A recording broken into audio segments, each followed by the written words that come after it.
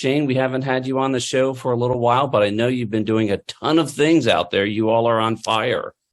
Give us a state of the state about what's happening across the cybersecurity spectrum at Citizen and Immigration Service. Good afternoon, Luke. It's great to be here. Like you said, we are very, very busy. For USCIS, we're always driving tip of the spear technologies, and so that forces the security program to be just like him.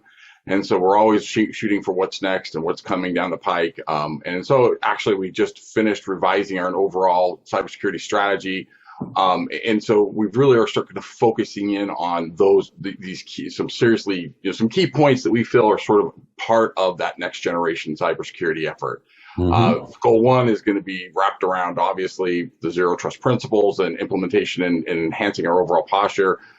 We've actually technically always had it. We used to call it cyber hygiene. Now we call it zero trust, but zero trust is fine. It's not the best term, but it works.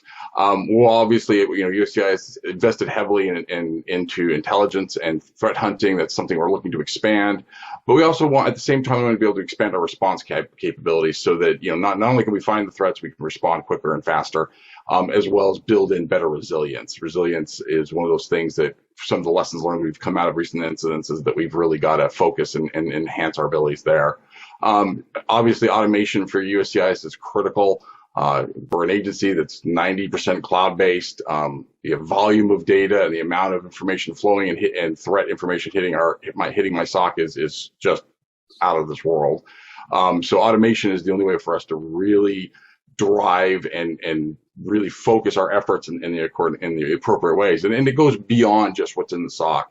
We're automating risk, we're automating governance, we're automating as much of our program as we can possibly get away with, so that we can really get focused in on the threat hunting aspect of our mission. We also, obviously, training and workforce are a critical goal for us, and will remain so. Staying abreast of the latest technologies and the latest threats is an ongoing effort, and making sure that we're investing accordingly. We've invested heavily for the last few years, even during the pandemic when things were tight for USCIS, and we're going to remain doing so going forward. And finally, we're really looking governance for us and creating better standardizations. Zero trust requires a sort of, what we know to be the norm, and understanding the norm in an enterprise as complex as USCIS is very, very challenging. So really building in sound governance and oversight at all levels, and then leveraging both the automation aspects and some of our development efforts to help drive that approach. So those are our big sort of goals for this next year or 2 years, next 2.5 years.